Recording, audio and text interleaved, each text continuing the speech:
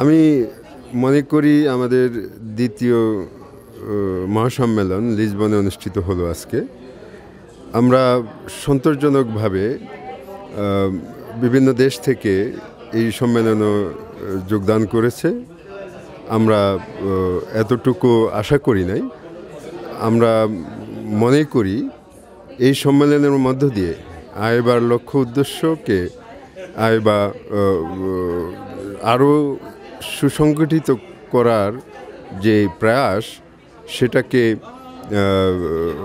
এখান থেকে সাফল্য হলো এবং আমার মতামতে আমি মনে করি যে এই মহাসম্মেলন অত্যন্ত সফলতার সাথেই আজকে শেষ হলো এবং আমি আইবার অর্গানাইজিং কমিটিকে এবং সকল পার্টিসিপেশনকে ধন্যবাদ জানাইতে চাই এবং আইবার লক্ষ্য উদ্দেশ্যর উপরে আমার শুভকামনা থাকলো